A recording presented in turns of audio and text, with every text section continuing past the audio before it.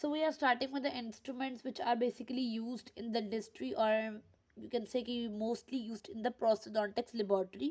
So we have the rubber bowl, as you can see. ये rubber का बना हुआ होता है, इसमें आप प्लास्टर, आप एल्जीनेट, आप स्टोन यानी कि जिप्सम जिसको कहते हैं वो आप डाल सकते हैं। इसके डिफरेंट साइजेस अवेलेबल होते हैं। ये स्टिफ होता है यानी कि ये टूटना बहुत कम इसके चांसेस होते हैं, और ये फ्लेक्सिबल भी होता है। इट कैन को मोल्ड भी कर सकते हैं इसको हम लोग। सो वी हैव, अब जाहिर बात है बाउल तो है तो उसके साथ कोई स्पैचुला भी होगा। So we will have a spatula like this is your spatula, जिसमें ये आगे पीछे रबर का होता है या वुडन होता है, और आगे आपके पास नाइफ टाइप एरिया बना होता है। सो यू कैन से कि ये स्ट्रेट है, और ये डेंटल प्लास्टर को मिक्स करने के लिए यूज़ होगा। इसका ब्लेड होगा आगे वाला हिस्सा जो है, और पीछे इसके स्टिक सी होगी, ठीक है। और यहाँ इसका राउंड एंड होगा, और इसका जो हैंडल है दैट इज हैंडल, और ये आपका आगे ब्लेड एरिया, ठीक है। The next one is the curved mixing spatula. अब ये कर्व्ड है यानी आगे से ये थोड़ा सा कर्व्ड हो जाएगा, ठीक है। और ये भी एल्जिनेट को मिक्स करने के लिए यूज होता है। और इसमें क्या होगा, ब्लेड जो है ना वो आगे से यानी कि बिल्कुल इस तरह नहीं होगा, it will be little S, थोड़ा सा कर्व्ड होगा, और राउंडेड एंड होगा फिर भी उसका। और कर्व्ड एंड जो है वो मिक्स करने में हेल्प करेंगे एल्जिनेट को। Then we have a plaster knife. Knife जो है वो हम लोगों ने अगर ट्रिम करना है, मेरे पास मेरा मॉडल आया है जो कि मुझे लग रहा है कि इस एरिया से थोड़ा सा ट्रिम करना है, तो मैं उसको ट्रिम करने के लिए नाइफ को यूज़ करूँगी। जो ब्लेड है नाइफ का, दिस एरिया दैट इज, ये इस तरह से, ये ये जो एरिया है that is very sharp. That पता, नाइफ जिस तरह हमारे घर में नाइफ छुरी होती है वो शार्प होती है, इस तरह ये भी शार्प है। इसका हैंडल पीछे वाला प्लास्टिक का है, और ये जिप्सम वगैरह को मैनिपुलेट करने के लिए, यानी कि चूंकि कास्ट मोस्टली जिप्सम की ही बनती है, तो ये कास्ट की ट्रिमिंग के लिए यूज़ हो रही है, तो ये उसके लिए यूज़ हो सकती है प्लास्टर नाइफ।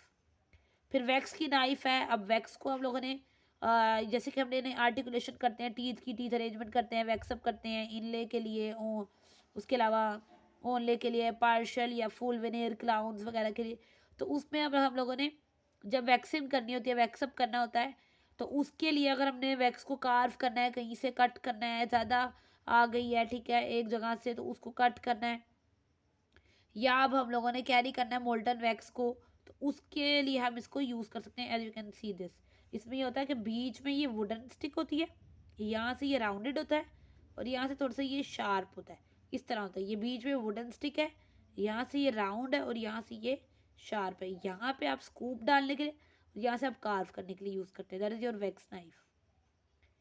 फिर उसके बाद आपके पास वैक्स कार्वर है। वैक्स कार्वर आप कार्विंग करते हैं, इससे आप क्या करते हैं, कट वगैरह करते हैं या कैरी करते हैं, इससे आप लोग जो है वो कार्व करते हैं। मैं कहती हूँ कि मैंने अगर लेट्स सपोज मैंने एक वैक्स पैटर्न बनाया, ठीक है, अब मैंने वैक्स पैटर्न बनाया, लेकिन मैं चाहती हूँ कि ये एरिया कार्व हो जाए थोड़ा सा, ये ताकि उसके अंदर और फिनिशिंग और स्मूथनिंग आ जाए, तो I will be using this wax Carver, because उसके टू एंड्स होंगे। वन एंड इज स्कूप जो कि स्कूपिंग आउट करने के लिए यूज़ होगा, और अदर जो है वो शार्प ब्लेड होगा। जिस तरह हमारे पास वैक्स नाइफ के अंदर भी टू एंड्स थे, तो यहाँ पे भी we will have two ends. एक स्कूपिंग के लिए है जिसमें ये थोड़ा सा राउंड इस तरह होगा, बीच में एरिया गुजरेगा, और आगे ये थोड़ा सा जो है वो यहाँ पे शार्प एरिया हो जाएगा। तो ये जो है स्कूपिंग के वाला एरिया होगा, और बाकी दूसरा शार्प ब्लेड होगा जो कि कार्विंग के लिए यूज़ होगा। उसके अलावा ये है कि फ्रीक्वेंट हीटिंग करेंगे वैक्स कार्वर की, तो उससे जो है वो टिप जो है वो ब्लंट होना शुरू हो जाएगी, यानी कि जो शार्प टिप थी वो ब्लंट होना शुरू हो जाएगी जब वो बार बार हीट करेंगे, क्योंकि कार्विंग जो है ना वो हीटिंग करने से कभी भी नहीं होती, वो हम लोग ऐसे ही कार्व करते हैं उसको। जिप्सम प्रोडक्ट्स के लिए यूज़ हो रहा है मोस्टली। उसके बाद हमारे पास वैक्स स्पैचुला है। वैक्स स्पैचुला क्या है, मोल्टन वैक्स को कैरी करने के लिए यूज़ होता है ड्यूरिंग द वैक्सअप प्रोसीजर। इसके भी दो एंड्स हैं, एक ब्रॉड स्कूप है जो कि मोल्टन वैक्स को कैरी करेगा, और अदर जो है वो कार्विंग के लिए। ये this is your scoop area जिसमें आप कैरी करेंगे, this is your blade area जो कि कटिंग के लिए यूज़ होगा। But mostly wax spatula is used for carrying the molten wax, जहाँ पे हम उसको लगाने तो लेके जाने के लिए। उसके बाद ये कर्व्ड सीजर्स होंगी जो आगे से हमारी सीजर्स की तरह बिल्कुल स्ट्रेट नहीं होती, थोड़ा सा कर्व्ड होती हैं, शिलेक की ब्लेस प्लेट को कट करने के लिए during the fabrication of temporary, जब डेंचर होता है, डेंचर के नीचे बेस एरिया होता है, तो उस बेस को बनाने के लिए शिलेक की ब्लेस प्लेट यूज होती है। अब उसकी कटिंग करनी है, उसकी ट्रिमिंग वगैरह करनी है, तो इस कर्व्ड सीजर को आप यूज करेंगे वहां पे। और इसकी कर्व्ड बीक होती है, यानी आगे का जो एरिया है वो कर्व्ड होता है थोड़ा सा। स्ट्रेट सीजर जो होते हैं, जो वही वही वाली बात के रिकॉर्ड बेसिस के लिए जो मटेरियल्स आते हैं उनको मैनिपुलेट करने के लिए यूज होगा, और इसका स्ट्रेट बीक होगा आगे से, like this, having a straight beak. Dab dish होगी, डैब डिश के यूज करने के लिए अब ये जो है इसको बोलते हैं डैब डिश। इसमें आप अपना सेल्फ क्योर का पाउडर और लिक्विड डालते हैं और उसको मिक्स करते हैं रेजन को बेसिकली। तो इट इज़ ऑल्सो, और यहाँ पे आप सेपरेटिंग मीडियम को भी डिस्पेंस करने के लिए यूज़ कर सकते हैं, जैसे कि सोडियम एल्जिनेट वगैरह। बट वैसे मोस्टली जो है ना वो एक्राइलिक की मिक्सिंग के लिए ये यूज़ होता है। स्पिरिट लैम्प है, अब जाहिर बात है जब आपने वैक्स के लिए काम करना है तो आपको ये लैम्प चाहिए जिसमें आप यहाँ स्पिरिट, यानी इस तरह से, इफ़ आई विल ड्रॉ, इसका ये फ्लेम होता है, ये अंदर इसके आप लोग स्पिरिट फिल करते हैं। इसको बेसिकली बंसन बर्नर का भी नाम दे सकते हैं, it can also be called as the Bunsen burner, ठीक है, और स्पिरिट लैम्प। तो ये मेटल का बना कंटेनर होता है, ठीक है, और आगे ऊपर यहाँ पे इसका एक विक होता है, यहाँ पे जहाँ पे से कॉटन थोड़ी बाहर आती है, या गॉज आप लगा सकते हैं, और उसके ऊपर उसका कैप आप रख देते हैं, ठीक है। तो इस तरह से ये होता है, और आप इसमें कॉटन विक जो है वो इंसर्ट करते हैं, ठीक है। और ये नॉन कार्बन, यानी जिसमें कार्बन नहीं है वो वाला फ्लेम आपको देता है। उसके अलावा वैक्स के लिए यूज़ कर सकते हैं, इंस्ट्रूमेंट को हीट करने के लिए, जो भी जिसमें भी फ्लेम का काम है आप उसमें इसको यूज़ करेंगे। Then we have chip blower. Chip blower basically diagram ये है, this is your chip blower, ठीक है। अब ये चिप ब्लोअर क्या करेगा, ये वैक्स अप प्रोसीजर्स में यूज होगा to direct the flame in the area of the wax that needs to be soften. अब देखो इतना ज़्यादा वैक्स का एरिया है, लेकिन मैं चाहती हूँ कि मैं सिर्फ इस एरिया को सॉफ्ट करूँ, तो I will B directing this part, कि यही पार्ट सिर्फ सॉफ्ट हो और यही मेल्ट हो और बाकी एरिया को कुछ ना हो। तो ये बेसिकली हैंड, यानी कि मैं क्या करूँगी, इसको पकड़ के लाके इस एरिया पे सिर्फ लगाऊंगी ताकि ये एरिया सॉफ्ट हो जाए या मेल्ट हो जाए। That is chip blower. Then we have hot plate. Hot plate जो है वो ओक्लूजल रिम्स को रिड्यूस करने के लिए, ओक्लूजल रिम्स क्या होते हैं, like if this is your upper model, और अपर मॉडल्स के ये मैक्सिलरी पोर्शन में यहाँ रिम्स बने हैं, इस तरह आपके मैंडिबल पोर्शन में भी रिम्स बने हैं वैक्स के। तो उन वैक्स के रिम्स को यूनिफॉर्मली रिड्यूस करने के लिए कि वो ज़्यादा ना हो जाए, जैसे मैं कहूँ कि ये ज़्यादा हो गई, तो अब मैं कहूँ कि मैं इसको इतना कट कर देती हूँ, ये हिस्सा कट कर देती हूँ और ये हिस्सा मेरा रह जाएगा, ठीक है। तो ये हिस्सा मैंने रिड्यूस करना है इसको यूनिफॉर्मली, कि ये बिल्कुल ऐसे एक स्ट्रेट लाइन में reduce. So I will be using this hot plate. ये ब्रॉड मेटल की प्लेट है, ये देख सकते हैं इतनी बड़ी ये मेटल, और पीछे इसके ये हैंडल है प्लास्टिक का। उसके अलावा अब आ जाते हैं इडेंचुलर स्टेनलेस स्टील स्टॉक ट्रे। अब ट्रे हम देख सकते हैं ये, अब आप देख सकते हैं कि इसमें कोई परफोरेशन वगैरह नहीं है, कोई होल्स वगैरह नहीं है, और ये क्या है, स्टेनलेस स्टील की बनी हुई है, और ये इडेंचुलर आर्च के लिए जहाँ पे कोई भी नो टीथ प्रेजेंट बेसिकली, ठीक है। उसके लिए हम इसको यूज़ करते हैं। तो यहाँ पे वो कह रहे हैं कि इम्प्रेशन फॉर इडेंचुलस पेशेंट जिनके दांत है ही नहीं है, तो उसके अंदर हम इम्प्रेशन कंपाउंड से लेते हैं इम्प्रेशन, तो उनके अंदर ये यूज़ होता है, ये प्री फैब्रिकेटेड होता है, ठीक है। ये स्टेनलेस स्टील से बना हुआ होता है। इसके अंदर ये देखो, ये पीछे हैंडल होता है, इसको पकड़ के हम इसके अंदर डालते हैं मटीरियल को और फिर इसको कैरी करते हैं, इसको हम कैरियर बोलते हैं। ये जो इसका हैंडल है that is called as carrier, ये कैरी करने के लिए यूज़ होता है, इस ट्रे को पकड़ने के लिए, ठीक है, हैंडलिंग करने के लिए। लोअर ट्रे जो है वो यू शेप, ये देखो ये लोअर वाली जो है वो यू शेप है ये, ठीक है, दिस वन। ऊपर वाली तो क्योंकि फुल एरिया को कवर करी होती है ना, हार्ड पैलेट भी और सो वो आता है उसमें पैलेटल एरिया, लेकिन यहाँ पे तो हम नहीं ऐसा करे होते, इसलिए ये यू शेप होता है, क्योंकि टंग को अकोमोडेट करने के लिए हमने इसकी शेप इस तरह बनाई है। उसके बाद है dentulous metallic stainless steel stock tray. अब डेंचुलस है, डेंचुलस का मतलब है कि टीथ प्रेजेंट है, सम टीथ जो हैं वो मौजूद होंगे। तो अब हम लोग क्या करेंगे, ये प्री फैब्रिकेटेड मिलती है हमें, और इसमें परफोरेशन भी होती हैं, लाइक यू कैन सी कि ये परफोरेशन, ये होल्स, ये छोटे छोटे सुराख आपको नजर आ रहे हैं, कि जब मटेरियल इसमें से गुजरेगा, पास आउट करेगा और लॉक हो जाएगा, बेसिकली जिस तरह होल में एक चीज़ लॉक हो जाती है ना, इस तरह ये भी इंटरलॉक हो जाएगा यहाँ पे आपका जो एल्जिनेट या कोई भी मटीरियल आप जो डालेंगे। That is by we have perforated dentulous tray for the patients having the some teeth in their mouth, and we have the no perforated tray for the people who जिनके कोई जो है वो दांत नहीं है, द इडेंचुलस पेशेंट्स। उसके बाद है हमारे पास पोर्सिलिन कप, जिसका लिड होगा, ये कप है, ये इसका ढक्कन है, ठीक है। लाइक जिस तरह ये कप है और मैं उसके ऊपर ढक्कन लगा दूँ, तो ये जो है ना बेसिकली ये मिक्सिंग के लिए यूज़ होता है, सेल्फ क्योर या हीट क्योर को मिक्स करने के लिए इस तरह। अदरवाइज तो ये भी यूज़ होता था, जिसको हम लोगों ने क्या बोला था, ये डेपन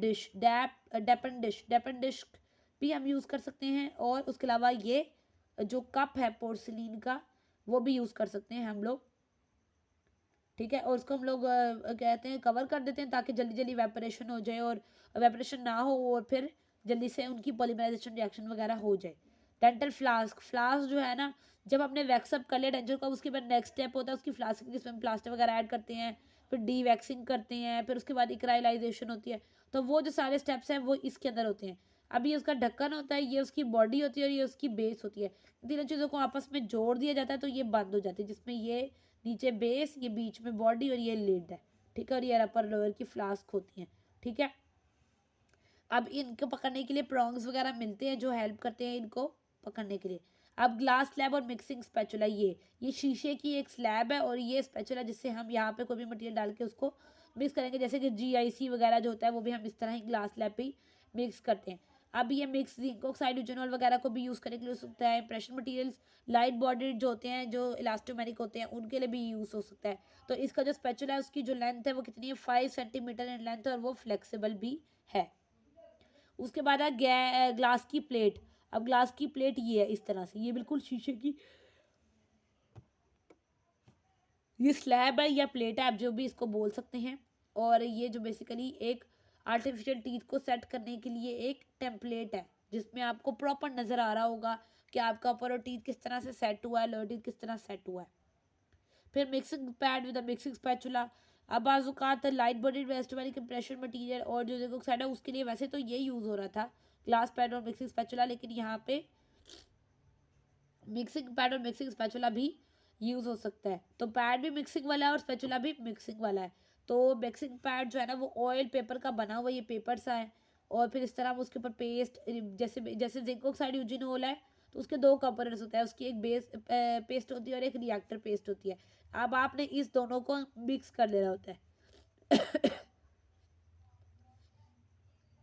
इक्वल प्रोपोर्शन लेके।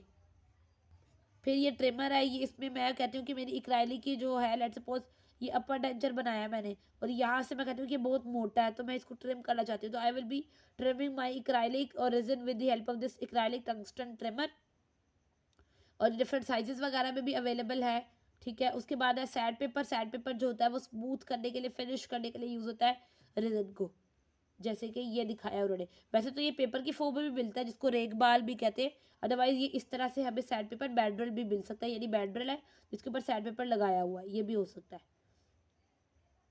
फिर उसके बाद हमारे पास ये पार्कर ब्लेड है और ये बार्ड है, और ये क्या करता है, ये एक्सेस मटेरियल को ट्रिम आउट कर रहा होता है, जैसे कि कंपाउंड या रेजिन वगैरह।